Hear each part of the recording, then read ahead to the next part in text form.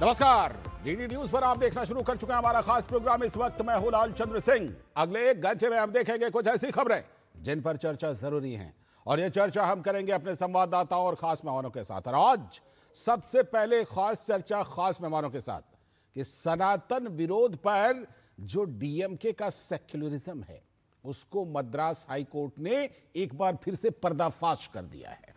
आपको वो दीप वाला विवाद तो याद होगा, जो पहाड़ी पर दीप जलाने वाला विवाद था। उस मामले में अब मद्रास हाईकोर्ट ने तमिलनाडु सरकार से कहा है कि हाईकोर्ट के फैसले को लागू क्यों नहीं किया, और एक व्यवस्था भी दी है कि वहां दीपोत्सव तो होगा, वहां पर दीप जलाया जाएगा। तो इससे डीएमके और स्टालिन सरकार का जो सेक्युलरिज्म है उसका पर्दाफाश हो गया है।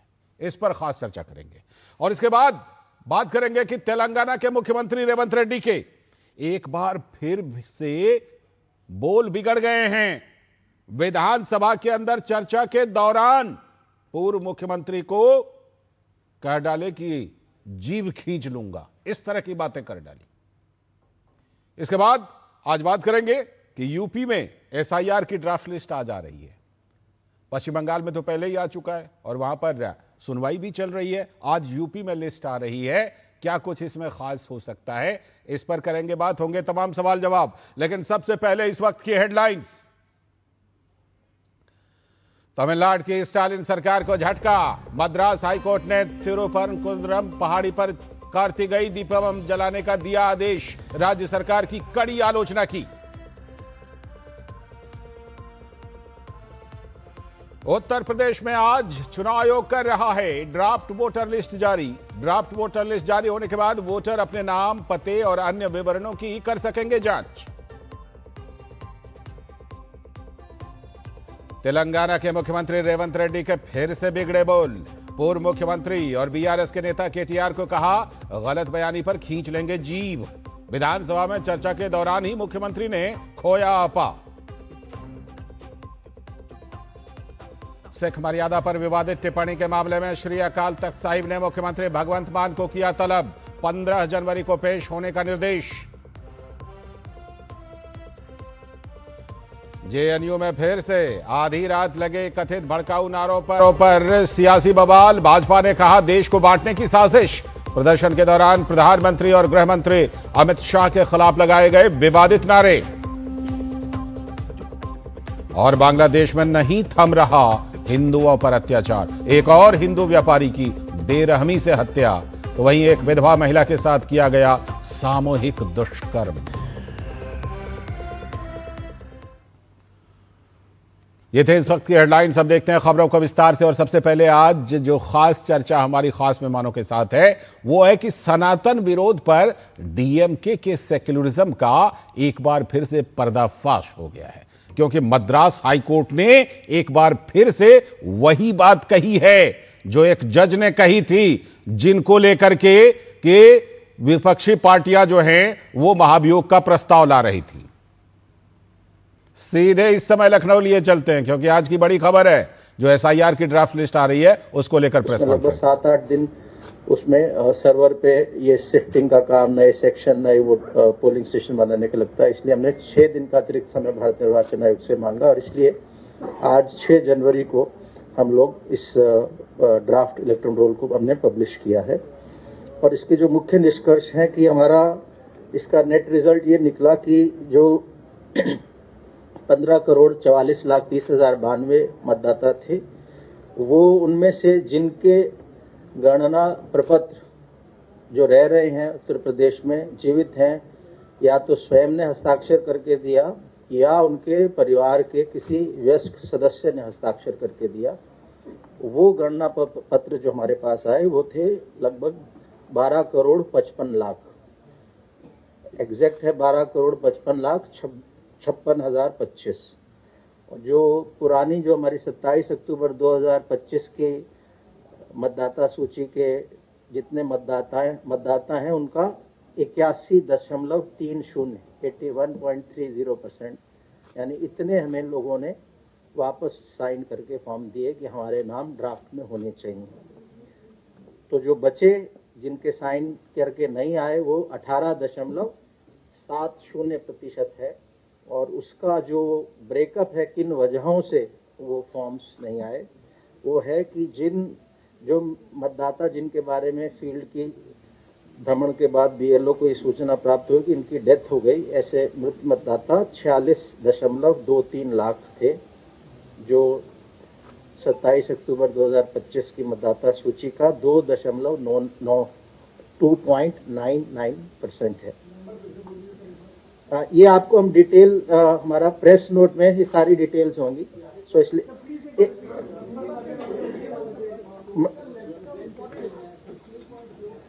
एक मिनट, हम क्वेश्चन बाद में लेंगे, थोड़ा मैं कोशिश कर रहा हूँ आपको साफ। सो मृतक मतदाता 46.23 लाख 46.23 लाख और परसेंटेज के टर्म्स में 2.99% या 2.99%। स्थानांतरित मतदाता जो अपने निवास स्थान से कहीं और शिफ्ट कर गए, वो घर छोड़ दिया जहां उन्होंने वोटर लिस्ट में जब अपना नाम दर्ज कराया था, जिस घर में थे, स्थायी रूप से स्थानांतरित हो गए, या वो लापता या अनुपस्थित रहे या उनको फील्ड में BLO को मिले नहीं, ऐसे 2.17 करोड़ मतदाता हैं, 2.17 करोड़। और अगर प्रतिशत में कहें तो 14.06 14.06%। और तीसरी श्रेणी है जो मतदाता सूची में एक से अधिक स्थानों पर पंजीकृत पाए गए, ऐसे 25.47 लाख 25.47 लाख वोटर्स थे, जो 1.65% है। सो कुल मिलाकर जो अनकलेक्टेबल था, जिनका नाम ड्राफ्ट वोटर लिस्ट में नहीं आया, वो 2.89 करोड़ या 18.70%, 18.70% है। सो फाइनल हमारी जो आज फाइनल मतलब आज जो ड्राफ्ट वोटर लिस्ट हो रही है पब्लिश, उसमें 12,55,56,025 मतदाता हैं। और इसमें हमारे सभी 75 जनपदों के जिला निर्वाचन अधिकारियों, 403 हमारी विधानसभाएं उनके निर्वाचक रजिस्ट्रेशन अधिकारियों, 2042 सहायक निर्वाचक रजिस्ट्रेशन अधिकारियों और हमारे 1,62,486 बूथ जो थे संभाजन से पूर्व, उतने बूथ लेवल अधिकारियों ने वॉलंटियर्स के साथ इस काम को अंजाम दिया। तो बहुत बड़ी संख्या में ये जो हमारे पास मतदाताओं से संपर्क करके हम लोग एन्यूमरेशन फॉर्म्स को, साइंड एनेशन फॉर्म्स को कलेक्ट कर पाए। और इसमें राजनीतिक दलों द्वारा नियुक्त बूथ लेवल एजेंट्स BLA, इनका भी सहयोग रहा। तो 5,76,611 बूथ लेवल एजेंट्स सभी मान्यता प्राप्त राजनीतिक दलों द्वारा दिए गए और इनकी भी सहायता हमने ली। अब आज जब हम आलेख्य प्रकाशन कर रहे हैं, ड्राफ्ट इलेक्टोरल रोल पब्लिश कर रहे हैं, तो उसके बाद 1 महीने की अवधि है, जिसको हम दावा एवं आपत्ति अवधि बोलते हैं, क्लेम्स एंड ऑब्जेक्शंस पीरियड। ये 6 जनवरी से, आज से दावा आपत्ति लोग दे सकते हैं, वो 6 फरवरी तक ये दावा आपत्ति का पीरियड रहेगा इस रिवीजन, इंटेंसिव रिवीजन में। और साथ ही साथ 6 जनवरी से नोटिस चरण भी शुरू हो रहा है। तो ऐसे मतदाता जिनका मैपिंग नहीं हुआ था, विगत प्रगाढ़ पुनरीक्षण की इलेक्टोरल रोल से, जो उत्तर प्रदेश में 2003 में हुआ था और भारत के अन्य राज्यों में 2002 से लेकर 2006 तक था, तो उस इलेक्टोरल रोल से जिस भी मतदाता का गणना चरण में एन्यूमरेशन फॉर्म साइन होके मिला, उन्हीं के लिए मैपिंग का शब्द रेलेवेंट है। तो जब हमें फॉर्म मिला, उस फॉर्म में ही 2 कॉलम्स थे। एक में था कि यदि मतदाता का स्वयं का नाम विगत इंटेंसिव रिवीजन में रहा हो इलेक्टोरल रोल में, उत्तर प्रदेश या देश के किसी भी रोल में, तो वो अपना विवरण दे रहा था। अगर उसका नाम स्वयं का नहीं था तो अपने माता पिता या ग्रैंड पेरेंट्स, दादा दादी या नाना नानी में से दे रहा था। उसको हम मैपिंग बोलते हैं। जहां ऐसे करेक्ट इन्फॉर्मेशन मिल गई तो उसको हमने मैप बोला कि इलेक्टोरल मैप हो गया। तो हमारा लगभग 91% से अधिक मैपिंग उत्तर प्रदेश में हुई। सो मैपिंग की जब बात कर रहे हैं तो वो केवल ये जो 12,55,56,025 इन्हीं के कॉन्टेक्स्ट में है। और हमारा 8% के आसपास, 8 से थोड़ा ज़्यादा % अभी मैप नहीं हुआ, तो ऐसे लोगों को नोटिस जाएंगे जिसको अनमैप्ड कैटेगरी के इलेक्टर बोलते हैं। और 1 करोड़ 4 लाख के पास 4 लाख के आसपास ऐसे वोटर हैं जिनको नोटिस जाएगा। तो 6 जनवरी से अब हमारा नोटिस चरण भी प्रारंभ हो गया है और दावे आपत्तियों का निस्तारण भी करेंगे। ये 27 फरवरी तक चलेगा। तो जहां तक मतदाता का प्रश्न है उसे 6 फरवरी का दिन याद रखना चाहिए, ताकि दावा आपत्ति जो उसको करना है वो 6 फरवरी से पूर्व ही कर देनी है। और 6 मार्च 2026 को हमारा अंतिम मतदाता सूची इस पूरे SIR की विशेष प्रगाढ़ पुनरीक्षण की अंतिम मतदाता सूची फाइनल इलेक्टोरल रोल 6 मार्च 2026 को हम पब्लिश करेंगे। तो इसमें जैसे ही आज जैसे पब्लिश हुआ तो पहला कार्य हमने अभी राजनीतिक दलों के साथ भी जिले में बैठक की, राज्य स्तर पर भी आज कर रहे हैं। तो यही कह रहे हैं कि सबसे पहला काम हर वोटर का ये है कि इस पे क्लिक करके, और जब आप क्लिक करते हैं और अपना एपिक नंबर डालते हैं तो आपको बता देता है कि आपका नाम किस विधानसभा के किस बूथ संख्या के किस सीरियल नंबर पर है। तो सारे मतदाता उत्तर प्रदेश के इसको अवश्य चेक कर लें ड्राफ्ट इलेक्टर रोल को, और यदि उनका नाम है तो फिर उनको फॉर्म 6 नहीं भरना, और यदि ड्राफ्ट इलेक्टोरल रोल में नाम नहीं है तो उन्हें फॉर्म 6 भरना है। और जैसा कि हम देख सकते हैं कि सीओ उत्तर प्रदेश के वेबसाइट पे जैसे ही हम क्लिक करते हैं जो पहला पॉपअप विंडो आता है उसमें फॉर्म 6 अवेलेबल है, इंग्लिश में भी हिंदी में भी। और कुछ उसमें करेक्शन कराना है, फोटो सही नहीं है, नाम सही नहीं है, आयु सही नहीं है, पिता का नाम सही नहीं है, इसको करेक्शन कराना है तो फॉर्म 8 भरते हैं हम लोग। एक और भी चीज़ के लिए फॉर्म 8 महत्वपूर्ण कार्य के लिए भरा जाता है, वो है शिफ्टिंग के लिए। ऐसा भी इस दौरान हुआ है कि कुछ लोगों ने शिफ्ट कर गए लेकिन उन्होंने BLO को संपर्क करके अपना इन्यूमरेशन फॉर्म भर दिया, इस आशा के साथ कि हम यहाँ से नए घर में अपना शिफ्ट करा लेंगे। तो उसके लिए फॉर्म 8 अवेलेबल है, उसको भर सकते हैं। और साथ में महत्वपूर्ण है कि फॉर्म 6 के साथ घोषणा पत्र भी है, जो भी हिंदी अंग्रेजी में दोनों अवेलेबल है, डाउनलोड करके उसे भर दें। और इसके साथ ये तो हमारा नेट पे है, डेस्कटॉप पे कर सकते हैं। ECI नेट करके मोबाइल एप्लीकेशन है जो एंड्रॉयड और एप्पल दोनों प्लेटफॉर्म्स पे अवेलेबल है। उससे फ़ोन से भी मतदाता इन फॉर्म्स को ले सकता है, ड्राफ्ट वोटर लिस्ट में अपना नाम देख सकता है। तो सबसे महत्वपूर्ण पहला कदम आज ड्राफ्ट पब्लिकेशन के बाद ये हर वोटर के लिए है, हर 18 साल से ऊपर के उत्तर प्रदेश में रहने वाले व्यक्ति के लिए, कि अपना नाम चेक कर ले, और अगर नाम नहीं है तो फॉर्म 6 भर दे। नाम है, कोई गलती है, कोई करेक्शन कराना है तो फॉर्म 8 भर दे। नाम है लेकिन पोलिंग स्टेशन पुराने घर का दिख रहा है, उन्होंने फॉर्म भर दिया, अब कहीं और आ गए हैं तो फॉर्म 8 भर के शिफ्टिंग करा लें। ये बहुत ही महत्वपूर्ण है और इसके लिए 1 महीने का समय है। तो इसमें हम सभी राजनीतिक दलों से भी सहयोग की अपेक्षा कर रहे हैं कि उनके जगह जगह कार्यकर्ता हैं कि इस मुहिम में 1 माह में हम चाहते हैं कि अधिक से अधिक लोग या जो भी एलिजिबल हैं वो अपना नाम उत्तर प्रदेश की मतदाता सूची में लेके आ जाएं। जैसा मैंने बताया कि दावा मतलब फॉर्म 6 नए मतदाताओं के लिए आवेदन होता है, और फॉर्म 8 4 वजहों से भरा जा सकता है, जिसमें प्रविष्टियों में सुधार, करेक्शन ऑफ एंट्रीज, दूसरा है निवास स्थान परिवर्तन शिफ्टिंग के लिए, तीसरा है एपिक प्रतिस्थापन, एपिक रिप्लेसमेंट, अगर किसी का एपिक गुम जाता है तो उसमें भी फॉर्म 8 भर के इसको वापस हम एपिक अपना प्राप्त कर सकते हैं, और चौथा है PWD चिन्हांकन, पर्सन्स विद डिसेबिलिटीज का मार्किंग के लिए। इसका लाभ होता है जब इलेक्शन डे में कोई हेल्प चाहिए पर्सन विद डिसेबिलिटी को, तो उन्हीं लोगों को हमें पहले से इस डेटाबेस से पता लगता है, तो उनको हम लोग विशेष सुविधा उसमें दे सकते हैं। किसी का नाम कटवाना है, अगर हम ड्राफ्ट वोटर लिस्ट में देखते हैं कि हमारे परिवार के किसी सदस्य का नाम गलती से आ गया, वो विदेश में रह रहा है बहुत समय से, वो दिल्ली में या मुंबई में रह रहा है लेकिन हमने फॉर्म भर के दे दिया था, या डेथ हो गई, तो फॉर्म 7 अवश्य इसको भर दें। फॉर्म 7 उस पोलिंग स्टेशन का कोई भी मतदाता भर सकता है।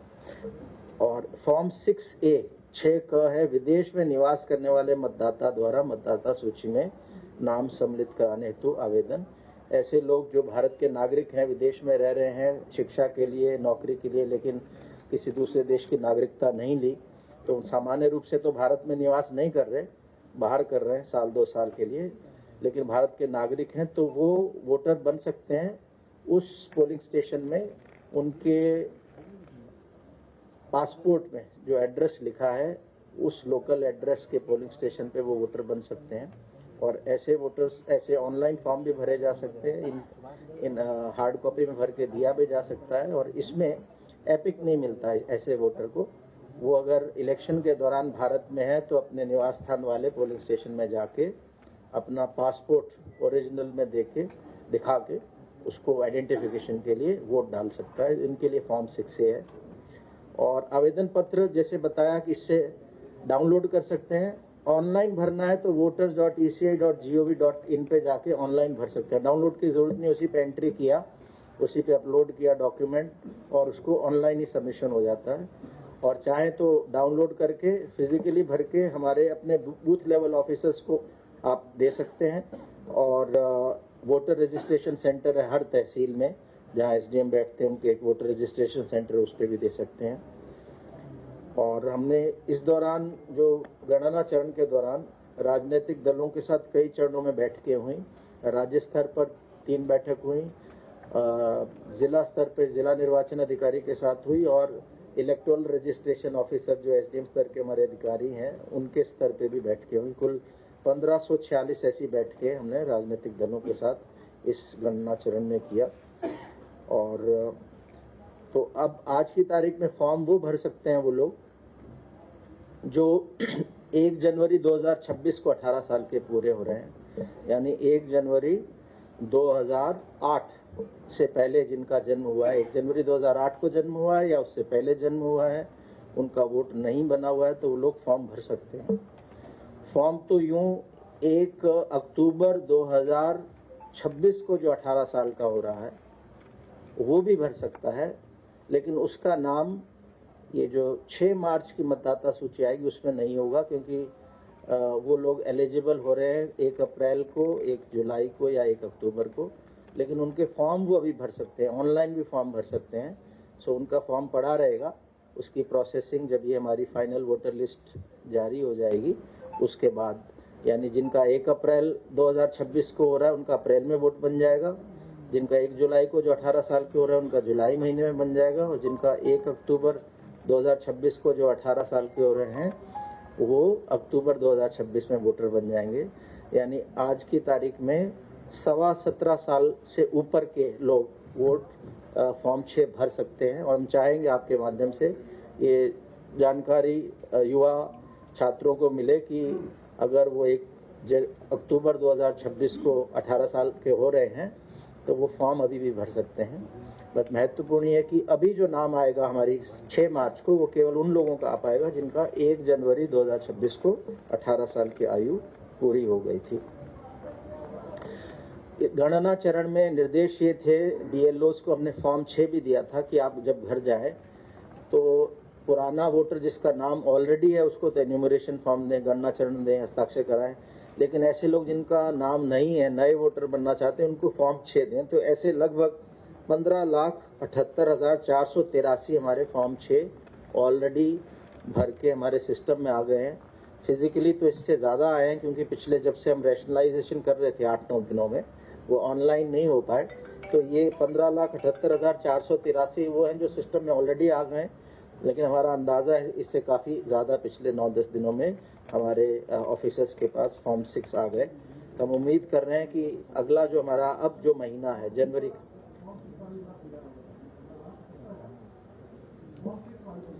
15,78,483 15,78,483 तो ऑलरेडी हमारे सिस्टम में आ चुके हैं।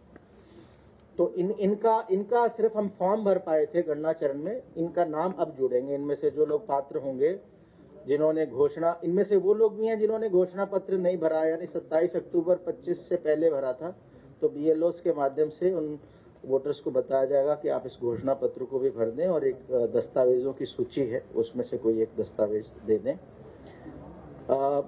11 दिसंबर को जब हमारा पहला समय हमें मिला था भारत निर्वाचन आयोग से और समय अवधि खत्म हो रही थी गणना चरण की, उस समय तक हमारा काम लगभग पूरा हो गया था।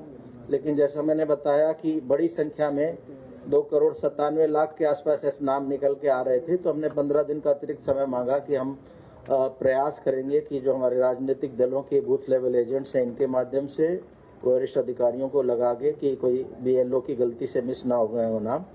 सो उसमें हमें काफ़ी BLS से हमने वोटर लिस्टें शेयर की थी, वो हमारे जिला निर्वाचन अधिकारी के वेबसाइट पे भी लगा दी थी कि कौन लोग, वोटर लिस्टें नहीं, कौन लोग अनुपस्थित, कौन लोग मृतक हैं, कौन लोग स्थायी रूप से स्थानांतरित हैं। ये सारी लिस्टें 12 दिसंबर से राजनीतिक दलों के बूथ लेवल एजेंट्स को रिसीव करा दी गई थी और जिला निर्वाचन अधिकारी के वेबसाइट पे विधानसभा वार, बूथवार अपलोड कर दी गई थी, वो लोग देख सकते थे। तो इस जो 15 दिन का अतिरिक्त समय मिला, उसका लाभ ये मिला कि हमें लगभग 8-9 लाख अधिक वोटर, हम जो 11 दिसंबर को जितने एन्यूमरेशन फॉर्म आए थे उससे लगभग 8-9 लाख हम लोग अधिक वोटर्स के एन्यूमरेशन फॉर्म भर पाए। तो ये जो हमने अवधि ली थी उसका ये लाभ हमें मिला। और आज हमने पॉलिटिकल पार्टीज जो मान्यता प्राप्त है, राजनीतिक दल, हमारे 6 राष्ट्रीय दल हैं मान्यता प्राप्त और 2 राज्य के हैं। इन 8 राजनीतिक दलों में से NPPP के यहाँ हमारे नॉर्थ ईस्ट में है उनका, तो ज़्यादा यहाँ उनके रिप्रेजेंटेटिव्स नहीं है, तो 7 दलों के मुख्यतः हैं, उनको सबको हमने हार्ड कॉपी और सॉफ्ट कॉपी वोटर लिस्ट की दे दी है। पब्लिक की जानकारी के लिए हमारे CO उत्तर प्रदेश के वेबसाइट पे अवेलेबल है। इस पे जब हम क्लिक करते हैं तो आपको ले जाता है voters.eci.nic.in, भारत निर्वाचन आयोग का जो वेबसाइट है। तो उस पर भी अगर कोई डायरेक्टली जाए, search your name in electoral roll से उसको देख सकता है।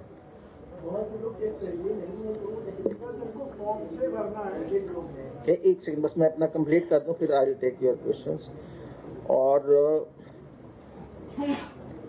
अब जिनका नाम ड्राफ्ट इलेक्टोरल रोल में आ गया है, जिनका नाम इस आलेख्य मतदाता सूची में आ गया है, उनका नाम अगर कटना है तो बिना उनको नोटिस दिए हुए और बिना AERO या ERO के लिखित स्पीकिंग ऑर्डर के बिना उनका नाम कटेगा नहीं। और कुछ लोगों को नोटिस जाएगा, अगर किसी ने फॉर्म 7 भरा है किसी व्यक्ति का नाम कटवाने के लिए तो भी नोटिस जाएगा, या जिनकी मैपिंग इस गणना चरण में नहीं हुई उनको नोटिस जाएगा। सो प्रयास ये है कि हम लोग, कोई भी पात्र मतदाता है वो इससे छूटे नहीं। हमारे फाइनल इलेक्टोरल रोल जो SIR का आ रहा है, तो इसके लिए हम एक्सपेक्ट कर रहे हैं कि बड़ी संख्या में हमारे पास फॉर्म 6 राजनीतिक दलों के सहयोग से और आपके माध्यम से जो अवेयरनेस हम कर रहे हैं उसके माध्यम से जनता तक बात पहुंचेगी और अपना नाम लोग चेक करके फॉर्म 6 भरेंगे। इसके साथ ही साथ बस मैं भी अब क्वेश्चन ले रहा हूँ। एक चीज़ और आपको बता दूं, आज ही हमारे यहाँ जो 2 हाउस हैं स्टेट लेजिस्लेचर के, तो लेजिस्लेटिव काउंसिल में हमारे एक है खंड स्नातक क्षेत्र और एक है खंड शिक्षक क्षेत्र। इसमें खंड स्नातक के 5 और खंड शिक्षक के 6 निर्वाचक क्षेत्रों का आज voter list, final voter list हमने पब्लिश की है। तो इसमें हमारे ये भी आज ही जारी हुई है। लखनऊ खंड स्नातक में 2,11,756 मतदाता हैं, वाराणसी खंड स्नातक में 2,69,372 हैं। इसी प्रकार हमारे बाकी जो क्षेत्र है, इसका हमने अलग से प्रेस विज्ञप्ति निकाला जिसमें इनकी डिटेल है, तो इसको हम लोग देख सकते हैं। एक सेकंड ये मेरे ख्याल एक करके अगर कर ले तो फ्री लो। एक तरफ से एक क्वेश्चन आप जिनको कहेंगे वो पूछ लेंगे। आप करोगे कैसे शोर हो जाएगा? आप ऐसे बोलोगे ना भाई आप लें तब होगा, नहीं तो क्या है फिर फ्री फॉर ऑल है।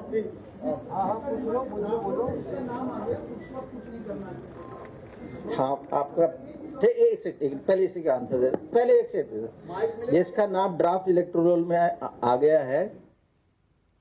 सीधा प्रसारण आप लखनऊ से देख रहे थे, जहां पर कि चुनाव आयोग का ये प्रेस कॉन्फ्रेंस चल रहा था और चुनाव आयोग ने वहां प्रेस कॉन्फ्रेंस में साफ तौर पर जो ड्राफ्ट लिस्ट है उसके बारे में बताया कि ड्राफ्ट लिस्ट में करीब करीब 2.89 करोड़ लोगों के नाम कटे हैं और ये प्रतिशत लगभग 18.7% होता है। बड़ी बात यह है कि इसमें करीब करीब 12% से भी ज्यादा ऐसे हैं जो लापता मतदाता हैं, 2.17 करोड़। तमाम डेटा भी आपने देखे होंगे। इस पर आगे चलकर हम एक रिपोर्ट भी दिखाएंगे, लेकिन फिलहाल जो बड़ी खबर आज की है उस पर हम चर्चा करेंगे। और वो बड़ी खबर है कि जो सनातन विरोध पर डीएमके के सेक्युलरिज्म को मद्रास हाईकोर्ट ने आईना दिखाया है। तमिलनाडु के मदुरै जिले के थिरुपरनकुंद्रम पहाड़ियों पर स्थित भगवान सुब्रमण्यम स्वामी मंदिर में कार्तिकेय दीपम जलाने का विवाद पुराना है, लेकिन सियासत बिल्कुल नई नहीं है। मद्रास हाईकोर्ट के आदेश के बावजूद डीएमके की स्टालिन सरकार ने मंदिर की परंपरा की दीप जलाने की इजाजत नहीं दी थी, लेकिन जस्टिस स्वामीनाथन के खिलाफ महाभियोग लाकर एक नई सियासत की शुरुआत करने की कोशिश कर दी थी। इस बीच दीप स्तंभ पर कार्तिकेय दीपम जलाने को लेकर विवाद के बीच मद्रास हाईकोर्ट ने एक अहम फैसला दिया है। राज्य सरकार की दलीलों पर सख्त रुख अपनाते हुए अदालत ने कहा कि यह मानना हैरान करने वाला और समझ से परे है कि साल में सिर्फ एक दिन देवस्थानम के लोग पत्थर के स्तंभ पर दीप जलाएं और उससे कानून व्यवस्था बिगड़ जाए। तमिलनाडु के थिरुपरनकुंद्रम पहाड़ी पर स्थित मंदिर हिंदुओं का महत्वपूर्ण मंदिर है, जिसमें हर साल कार्तिकेय दीपम जलाने की परंपरा रही है।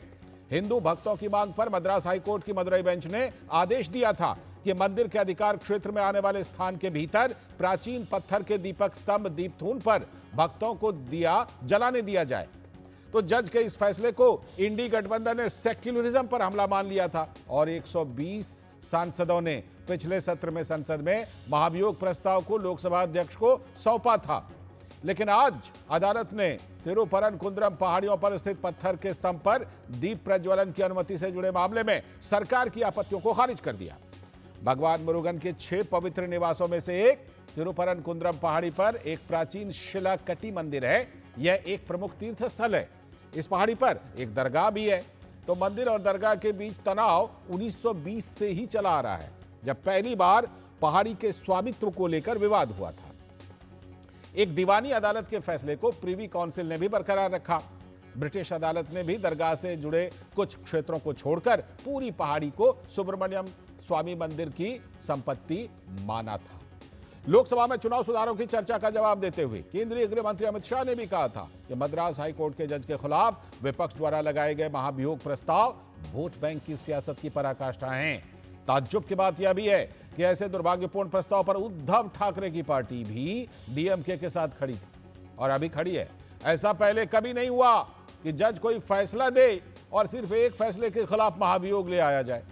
अब सवाल यह है कि तकरीबन 54,000 केस में अहम फैसले देने वाले जस्टिस जीआर स्वामीनाथन के एक मंदिर की परंपरा को कानून सम्मत ढंग से निभाने के आदेश से क्या सेक्युलरिज्म खतरे में पड़ गया?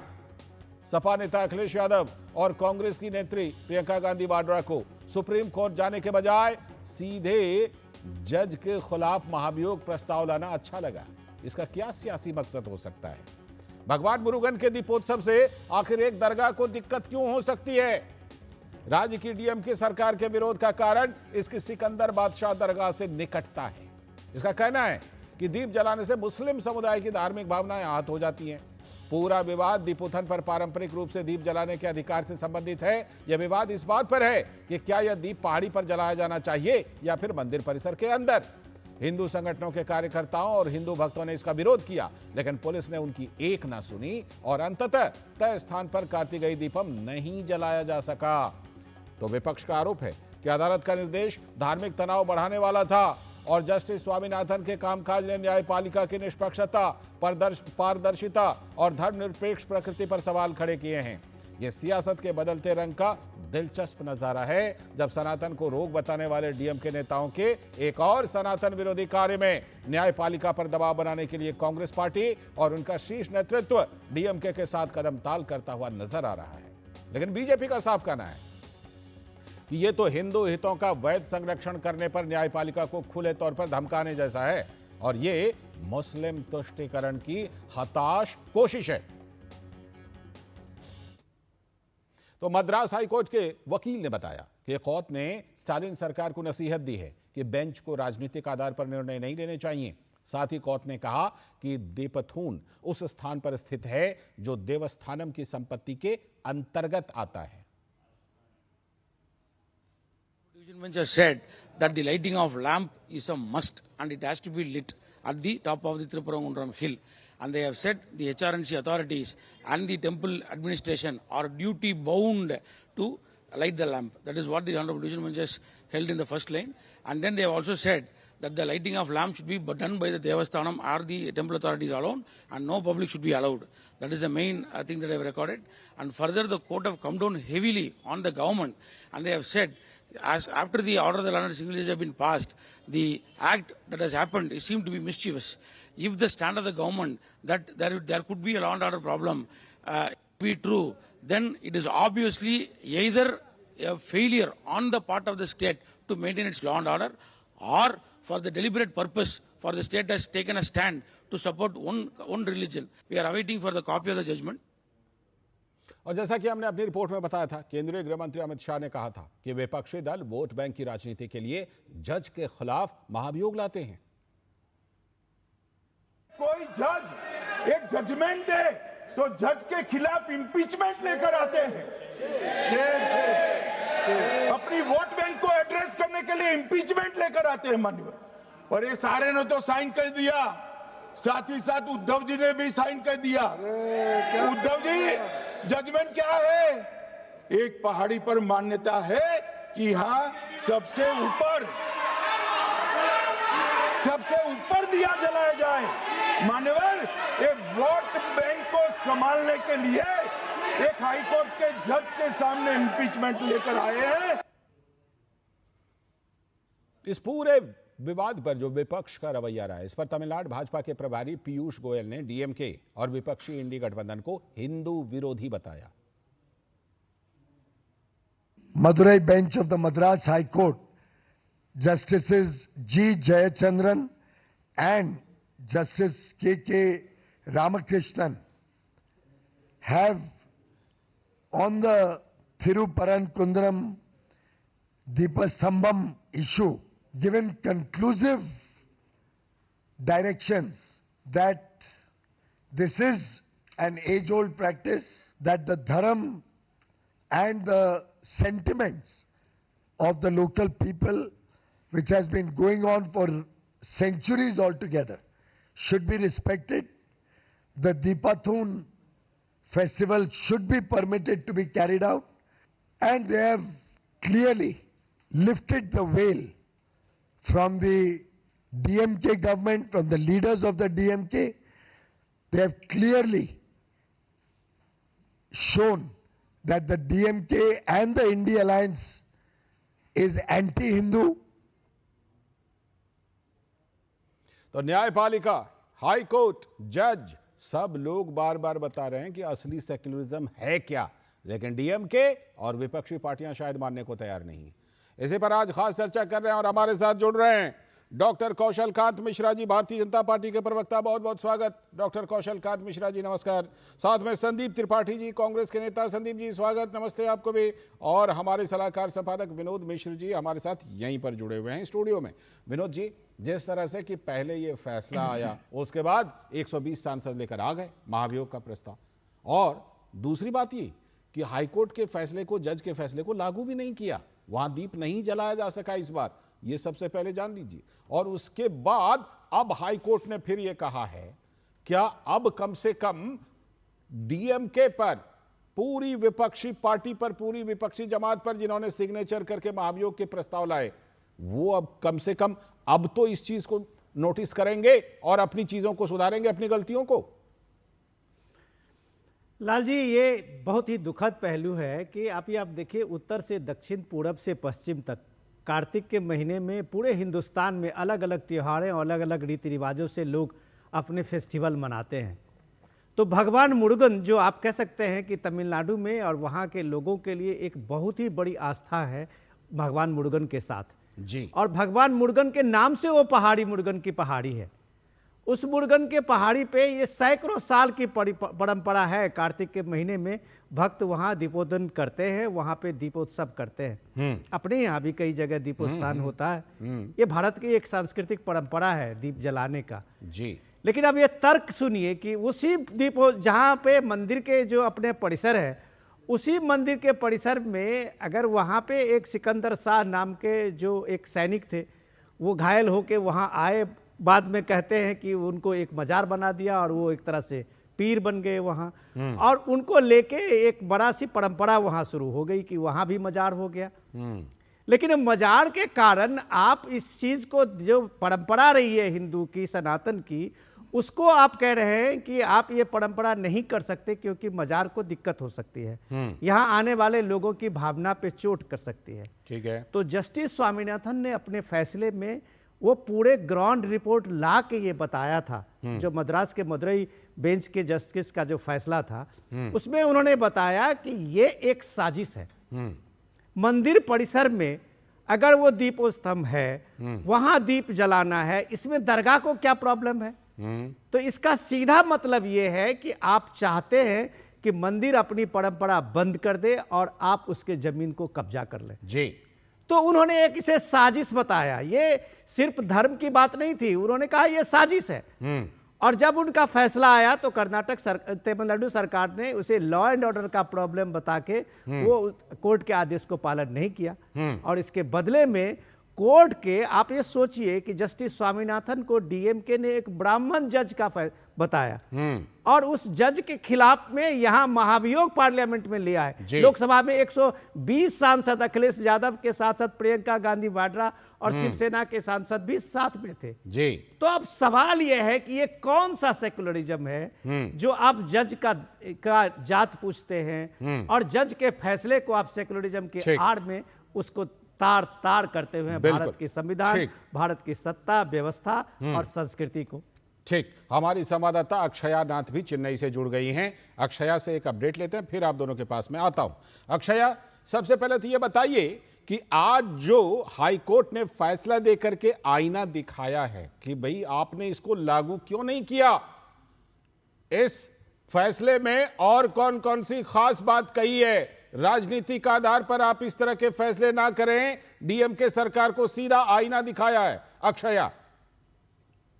बिल्कुल, हाईकोर्ट के मदुरई बेंच ने बिल्कुल एक बढ़िया सा एक ऑर्डर दिया है हिंदू कम्युनिटी के लिए, क्योंकि यहाँ के जो लोग हैं वो त्रिपुरम कुंजम के जो मुरुगन का टेम्पल है, और ये कार्तिक मास में जो आने वाले जो दीप जलाते हैं वहां पे दीपस्तंभ में, तो वो बहुत ही विशेष का एक संभव होता है। और इसको दिसंबर में हमने देखा कि जस्टिस स्वामीनाथन जी ने दिया था एक वर्डिक्ट जिसमें परमिशन दिया गया था वो दीपस्तंभम जलाने के लिए। पर उसके बाद भी हमने देखा कि डीएमके गवर्नमेंट और यहाँ के जो तमिलनाडु के बोर्ड है, रिलीजियस बोर्ड HRMC, उन्होंने उसको मना किया और बोला कि सिर्फ और सिर्फ लॉ एंड ऑर्डर सिचुएशन के कारण ये कैंसिल होगा। पर अभी मदुरई बेंच का 2 जज बेंच ने जस्टिस स्वामीनाथन का जो पहला का ऑर्डर था वो अपहोल्ड कर दिया है, और उन्होंने ये भी बोला है कि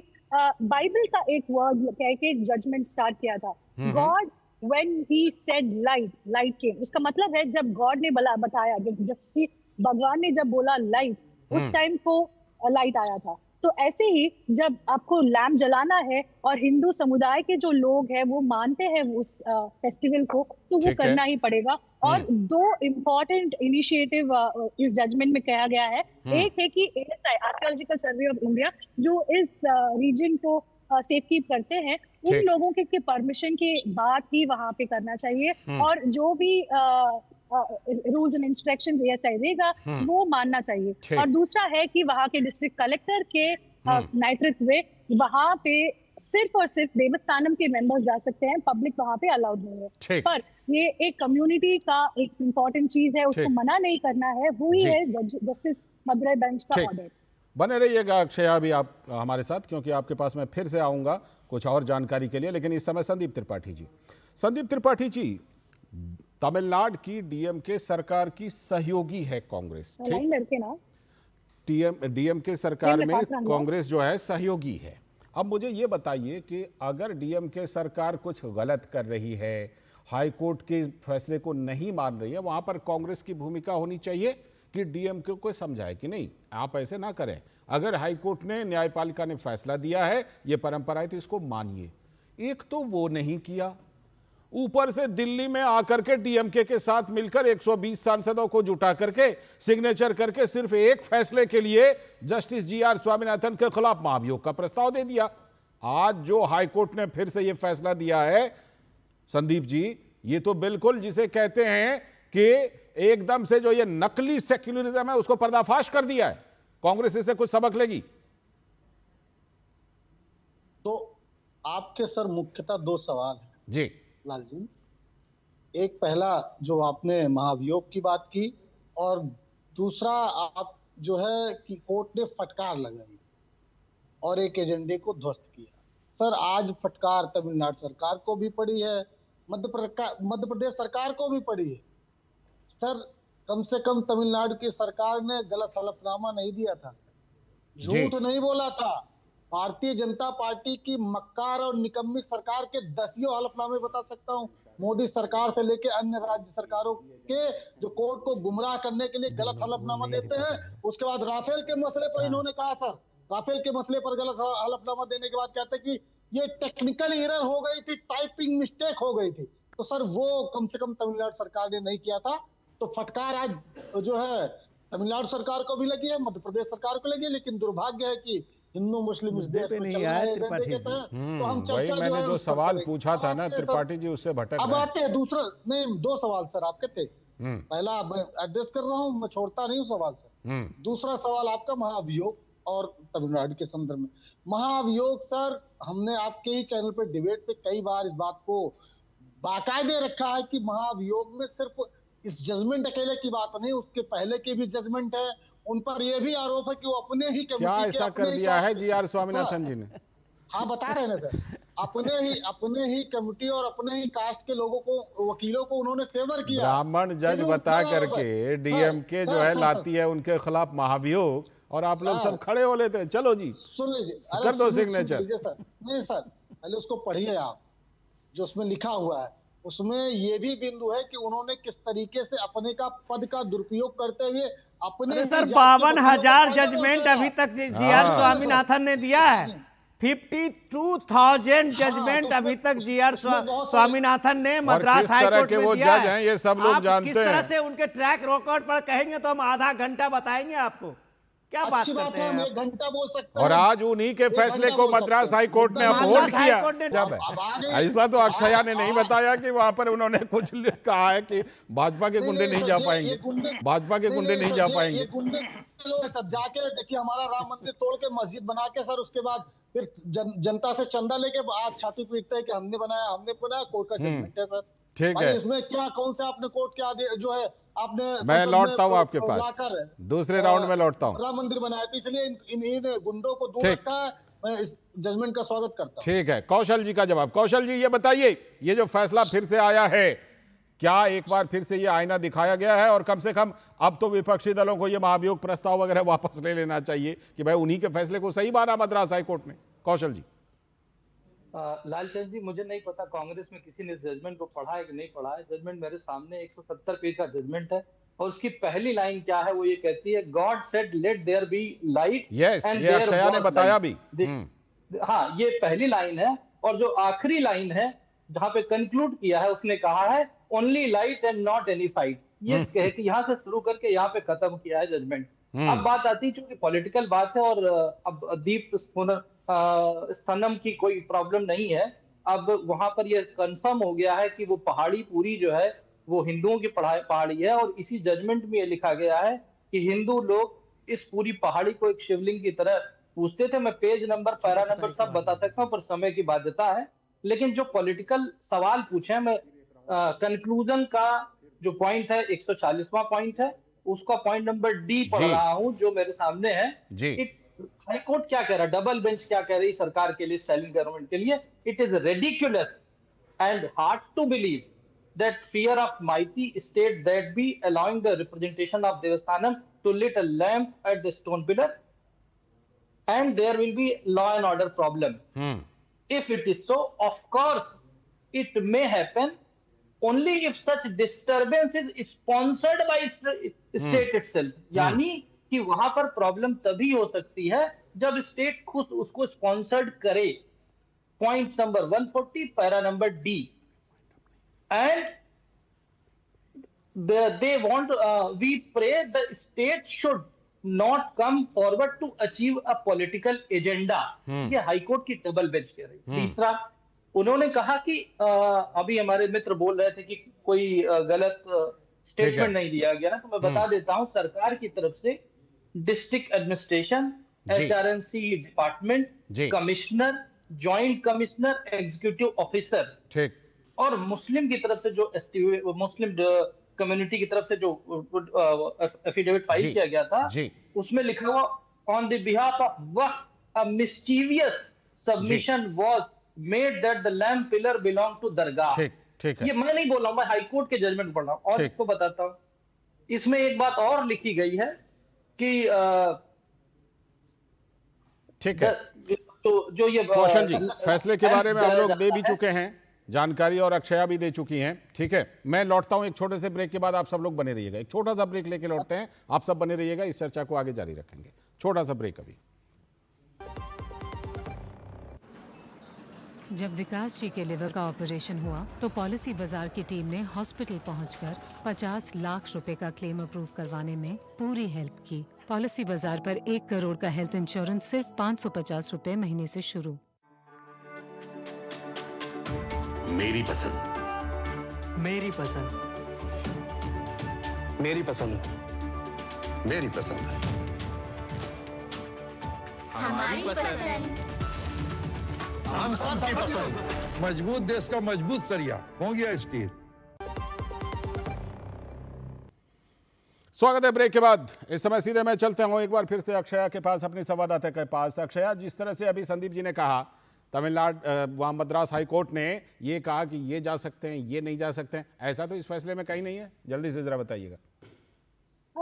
बिल्कुल, जो कंक्लूजन है जजमेंट के 170 पेज जजमेंट कॉपी में, कंक्लूजन में लिखा है कि सिर्फ और सिर्फ देवस्थानम के जो मेंबर्स है उन्हीं को ही जाना पड़ेगा, और ASI उसके लिए अप्रूवल देना चाहिए, और उसके अलावा वहाँ के जो लोकल कलेक्टर है वो ये सारे तैयारियां की ओवरसी करेगा। पर पब्लिक को वहां पे जाने के लिए अभी अनुमति नहीं दिया गया है, ये दीपस्तंभम के टाइम के लिए। ठीक है। क्योंकि साल में सिर्फ एक बार ये दीपस्तंभम होता है, वो कार्तिक मास में जो दिसंबर में आता है, पर वहां पे पब्लिक को अलाउ नहीं है, पर देवस्थानम के मेंबर जाकर कर सकते हैं। ठीक, लौटता हूं। विनोद जी, जो तर्क संदीप जी का है उसमें आपको लगता है कि जो विपक्षी पार्टियों ने रुख लिया है वो सुधार करेंगे या उसी रुख को जारी रखेंगे अभी फिलहाल? बिल्कुल सही है जो आपको अक्षया बता रही थी बात। हाँ। तो सही में कह रहे थे डॉक्टर साहब कि ये साल में एक बार होता है, ये हर दिन का नहीं है ये फेस्टिवल। ठीक। और साल में एक बार ही ऊंचे पहाड़ पे वो दीप जलाने की परंपरा है। तो कोर्ट ने तो सही कहा है कि भाई ये वहां ये ASI के संरक्षित पूरी पहाड़ी है, जिसको आप मुर्गन की पहाड़ी कहते हैं। अब उस मुर्गन के पहाड़ी पे जब ASI के संरक्षित है तो उसमें आम लोग कहां से जाएंगे, वहां पार्टी लोग कहां से जाएंगे? बिल्कुल, वो तो परंपरा जो है कि कार्तिक महीने में ही दीपोत्सव होता है, तो ऑब्वियसली दीपोत्सव जलाने के लिए कोर्ट की तरफ से परमिशन है। अब ये अगले साल कार्तिक के महीने में ये बात होगी। रही बात इसमें कि मेरे अंगने में तुम्हारा क्या काम, कांग्रेस पार्टी और सपा ने जो राजनीति की है वहां पे, उद्धव ठाकरे की शिवसेना जो राजनीति की है, वो वोट बैंक की और तुष्टीकरण की आप कह सकते हैं पराकाष्ठा है। मुस्लिम कम्युनिटी को तमिलनाडु में कोई प्रॉब्लम नहीं है दीपोत्सव से, बिल्कुल दीपोत्थान से, क्योंकि वहां पे एक छोटा सा दरगाह है, वो अपना फेस्टिवल अभी उन्होंने किया है। तो अब अगर तमिलनाडु सरकार उसी दरगाह पे अभी 15 दिन पहले उर्स लगा था, वहां लोग जमा हुए थे, किसी ने तो नहीं कहा कि भाई मंदिर को प्रॉब्लम होगी। ठीक है, तो आपने सनातन के खिलाफ में DMK के स्टैंड को संदीप जी एक तरह से डिट्टो किया है। प्रियंका गांधी वाड्रा, अखिलेश यादव और उदयनिधि में कोई अंतर नहीं है मेरे समझ से। संक्षेप में जवाब संदीप जी। देखिए सर, अगर आप इस तरीके की बात कर रहे हैं विनोद जी, तो मोदी जी का भाषण है हिंदू धर्म नहीं है, वे ऑफ लाइफ है, मतलब आप से सहमत है। मोदी जी ने कहा कि जो है शौचालय पहले देवालय बाद में, क्या आप इस बात से सहमत हैं? उन्होंने कहा कि कुछ लोग जो है आप मुद्दे पे नहीं आएंगे, पटरी पर से उतार, सनातन रोग है, सनातन कैंसर है, ये उदयनिधि का है, सनातन वायरस है, पूरी तरह समूल नष्ट कर देना चाहिए। उस पर प्रियांक खड़गे का भी समर्थन। सर वही हाल हमारे चच्चा जी बोले जो सब सही, और अगर कोई सही बात भी बोले तो ठीक है, नहीं हम इधर उधर नहीं भाग रहे हैं सर, हम कौशल सिर्फ का मुद्दे की बात कर रहे हैं। अगर आप सनातन की बात कर रहे हैं तो सनातन क्या है, सनातन के संदर्भ में कांग्रेस का स्टैंड सदैव क्लियर रहा है, और हमसे बड़ा सनातनी इस देश में कोई नहीं है। भाजपा तो छद्मवेशी आर्य समाज की सनातन की दुश्मन पार्टी है। और रही बात ब्राह्मण की बात कर रहे थे, ब्राह्मण के पूरे भारत से राजनीति खत्म करने वाली ये पार्टी आज है, नेता नहीं बचा ब्राह्मण का। ये बात करेंगे ब्राह्मणों की, ब्राह्मणों की संरक्षण करेंगे सर। आज ब्राह्मण विधायक बैठा हुआ है, रुक जाइए, एक बैठक कर लिया, मार के कहा कैसे बैठक कर लिए, बैठने तक नहीं दे रहे, बता रहे कि ये है वो है। ले लीजिए डॉक्टर कौशल कांत मिश्रा। नहीं सर, सिर्फ आरोप की बात नहीं है। डॉक्टर कौशल कांत मिश्रा जी जल्दी से। मैं संदीप जी की बात से एग्री करता हूं कि कांग्रेस बड़ी सनातनी है, जैसे रावण भी सबसे बड़ा सनातनी था उसी तरीके से कांग्रेस भी है। कांग्रेस रावण सनातनी था जो सनातन था। देखिए ये इनके रावण के वो है। प्लीज लालचंद जी बोलिए, आप पूरी कीजिए संदीप जी जवाब ले लीजिए ना। संदीप जी जवाब ले लीजिए। अरे वो बाद में आना पढ़ा दूंगा मैं। बोलिए डॉक्टर कौशल। डिस्ट्रिक्ट सुन लीजिए, आप देखो बिना पढ़े लिखे आ जाते राहुल गांधी की तरह। आपकी आवाज आ रही है सर। अच्छा ठीक है, कहां पढ़ना पड़ेगा? पढ़े लिखे आप राहुल गांधी की तरह आ जाते, समस्या आपकी ये है। आवाज आ रही है। जजमेंट का कंक्लूडिंग पैराग्राफ ये कहता है कि probability of disturbing the public piece is nothing but imaginary ghost created by state government. This is 1 2 their convenience and उन्होंने जिस घोस्ट को पैदा किया ये अपने फायदे के लिए किया है, और वो चाहते हैं कि दोनों कम्युनिटी एक दूसरे से लड़ती रहे। ये मैं नहीं कह रहा हूँ, ये हाईकोर्ट का जजमेंट कह रहा है। अरे राहुल गांधी को रास्ते मत चलिए संदीप जी, कम से कम पढ़ के आया करो। ठीक है, जजमेंट पढ़ लिया करो, उसके बाद अभी आप सभी का मुझे धन्यवाद करना पड़ेगा। राहुल डॉक्टर कौशल कांत मिश्रा जी, संदीप जी, अक्षय और विनोद जी, आप सभी का बहुत बहुत धन्यवाद। बहुत बहुत धन्यवाद इस चर्चा में। और अब हम बात करेंगे कि तेलंगाना में एक बार फिर से वहां के मुख्यमंत्री के बोल बिगड़ गए हैं। तेलंगाना के मुख्यमंत्री रेवंत रेड्डी के फिर से विवादित बोल। तेलंगाना के मुख्यमंत्री रेवंत रेड्डी वैसे तो अक्सर अपने विवादित बयानों को लेकर सुर्खियों में रहते हैं। पिछले दिनों विधानसभा में पूर्व मुख्यमंत्री केसीआर के सवाल पर रेड्डी ऐसे भड़के कि उन्होंने बीआरएस के नेता को जीभ काटने तक की धमकी दे डाली। विधानसभा में बहस के बीच सत्ता पक्ष और विपक्ष में इस तरह के संवाद को लेकर लोकतंत्र में अचंभित ही हुआ जा सकता है। रेवंत रेड्डी ने कहा कि सरकार किसानों के साथ खड़ी रहती है। फिर उन्होंने स्वर और ऊंचा किया। उन्होंने कहा कि कोई सरकार की निष्ठा पर सवाल ना उठाए, आलोचना करो, सवाल पूछो, बहस करो, लेकिन राज्य की भक्ति पर चोट मत करो। फिर उन्होंने दोहराया कि वो जीभ काट देंगे। उन्होंने कहा कि लोग इस चेतावनी को याद रखें। तो बीजेपी ने कहा कि मुख्यमंत्री रेवंत रेड्डी बार बार मर्यादा तोड़ते रहते हैं, वो लोकतांत्रिक मर्यादा की सीमा लांघते हैं। पार्टी ने कांग्रेस पर भी वार किया। उन्होंने कहा कि कांग्रेस अहंकार दिखाती है, इसीलिए वह लोकतांत्रिक संस्थाओं का सम्मान नहीं करती। बीआरएस नेता दासोजू श्रवण कुमार ने रेवंत रेड्डी पर तीखा प्रहार किया। उन्होंने राहुल गांधी से हस्तक्षेप की भी अपील की। उन्होंने पूछा कि कांग्रेस ने तेलंगाना को कैसा मुख्यमंत्री दे दिया, सदन अब मजाक बन रहा है। उन्होंने मुख्यमंत्री को अहंकारी कहा। तेलंगाना कांग्रेस का मानना है कि आलोचक पहले खुद को देखें। विपक्ष भी अपमानजनक शब्द बोलता है, इसलिए वो नैतिकता का पाठ ना पढ़ाए। लेकिन सवाल यह भी है कि रेवंत रेड्डी कभी हिंदू धर्म का मजाक उड़ाते हुए कहते हैं कि शराबियों के भी देवता होते हैं। कभी मुस्लिम समुदाय के बीच कांग्रेस का मतलब मुसलमान और मुसलमान का मतलब कांग्रेस समझाते हैं। तो बीआरएस के नेता और विधायक हरीश राव ने विधानसभा स्पीकर पर भी आरोप लगाया। स्पीकर साफ तौर पर कह रहे हैं कि हम मुख्यमंत्री की आलोचना नहीं कर सकते। उन्होंने ऑन रिकॉर्ड कहा है कि अगर हमने मुख्यमंत्री पर चर्चा की तो माइक काट देंगे। अगर हम मुख्यमंत्री की आलोचना नहीं कर सकते तो विपक्ष के रूप में हमारा यहां बैठने का औचित्य ही क्या है। अब सवाल यह है कि लोकतांत्रिक मर्यादाओं को तार तार करते हुए कांग्रेस नेतृत्व खुद पीएम मोदी के खिलाफ अपशब्दों की बौछार करते ही रहते हैं, तो फिर राज्य में लोकतांत्रिक मर्यादा का पालन होगा कैसे।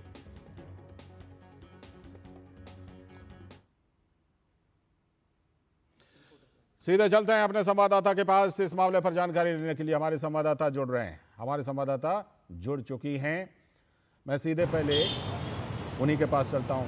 सबसे पहले ये बताइए कि ये जो पूरा का पूरा बयान है विधानसभा के अंदर है, ये इतनी बड़ी धमकी क्यों देनी पड़ी कि जीभ काट लेंगे? अगर आपने ऐसा बोला, एक मुख्यमंत्री की ये भाषा कैसे हो सकती है? कैसे ये मुख्यमंत्री ने कहा? जी दरअसल अगर हम बात करें रेवंत रेड्डी के हाल के जो बयान है उसमें ज्यादा चर्चा जो है उनकी जो आपत्तिजनक टिप्पणियां रही हैं या फिर अभद्र भाषा जो है उसको लेकर बहुत ज्यादा सुर्खियां बटोरते रहे। और शनिवार को भी जब सिंचाई को लेकर जो प्रोजेक्ट्स हैं जो केसीआर के काल में की गई थी और किस तरीके से गलतियां और खामियां जो है उनको गिनाते हुए रेवंत रेड्डी ने ये चुनौती दे दी कि केसीआर जिस तरीके का भाषा इस्तेमाल करते हैं अगर उसी तरीके के लहजे में वो भी उतरे तो पहले तो उन्होंने कहा कि अनपार्लियामेंट्री हो जाएगा और उसके कुछ ही देर बाद उन्होंने कहा कि अगर अनपार्लियामेंट्री वर्ड्स का अगर मैं इस्तेमाल भी कर रहा हूं तभी भी उसके बावजूद मैं इसका इस्तेमाल इसलिए करना चाहूंगा ताकि जनता तक मेरी आवाज पहुंचे, जनता तक जो है अपनी बात रख सकूं। तो ये कहीं ना कहीं साफ तौर पर ये समझा जा सकता है कि रेवंत रेड्डी चाहते थे कि वो इस तरीके की भाषा का उपयोग करें और इसीलिए उन्होंने किया। कहीं पर भी ऐसा नहीं था कि जिस तरीके से कहते हैं कि गलती से हुआ है, ऐसा नहीं लगा था। तो इतना फ्रस्ट्रेशन क्यों है? आखिर क्या कह दिया था केसीआर ने? जी देखिए, कुछ दिन पहले और खासकर जो विधानसभा सत्र था उससे पहले जो है केसीआर ने एक प्रेस कॉन्फ्रेंस की थी जिसमें उन्होंने कहा था कि ये जो भी सिंचाइयों को लेकर प्रोजेक्ट्स की गई है उनके कार्यकाल के वक्त में, उस वक्त जो उसको लेकर अगर किसी तरह का कोई भी आरोप लगाते हैं सरकार की तरफ से या फिर कांग्रेस के नेताओं की तरफ से तो उनकी चमड़ी जो है वो उधेड़ दी जाएगी। इस तरीके की जुबानी जो लड़ाई जो जंग है वो शुरू हो गई थी, उसे छेड़ा गया था केसीआर द्वारा और उसी लहजे में जो है रेवंत रेड्डी ने शुक्रिया सुरेखा, शुक्रिया जुड़ने के लिए। हमारी संवाददाता सुरेखा अब्बोरी जुड़ी थी हैदराबाद से और जानकारी दे रही थी इस पूरे मामले पर। और इसी के साथ आज के इस वक्त में इतना ही। पूरी टीम को दीजिए अनुमति। नमस्कार।